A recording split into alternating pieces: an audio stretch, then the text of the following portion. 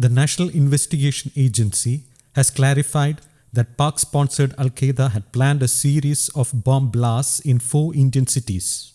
The terror gang that was assigned to carry out these blasts was formed after discussions through social media. All the gang members speak Bengali. On the intervening night of September 18 and 19, the NIA had arrested 3 suspected Al-Qaeda terrorists from the Ernakulam district of Kerala. Simultaneous raids were also conducted in Murshidabad district of West Bengal, and 6 men were arrested from there also.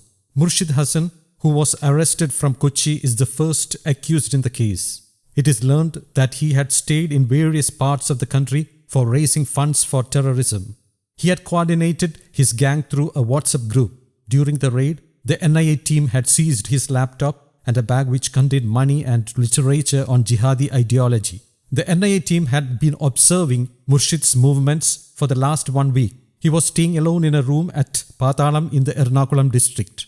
Despite being a construction worker, Murshid seldom left the room for work and used to remain glued to his laptop. He had surfed through websites that propagate this jihadi ideology, and his laptop provided evidence for this. Meanwhile, Mosharraf Hossain and Yaqub Biswas, both arrested from Kochi, were named 2nd and 6th accused in the case respectively. The 3 were produced in the Patiala House Court in New Delhi on Monday.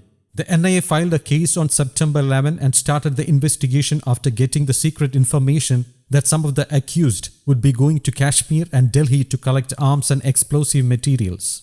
According to sources, the agency also got the information that Al-Qaeda commander in Pakistan had assured the accused of arms supply once they collected sufficient money for that.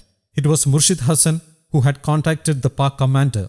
Murshid Hassan is a notorious fundamentalist in West Bengal, and there is already a case against him there for his hate posts on Facebook.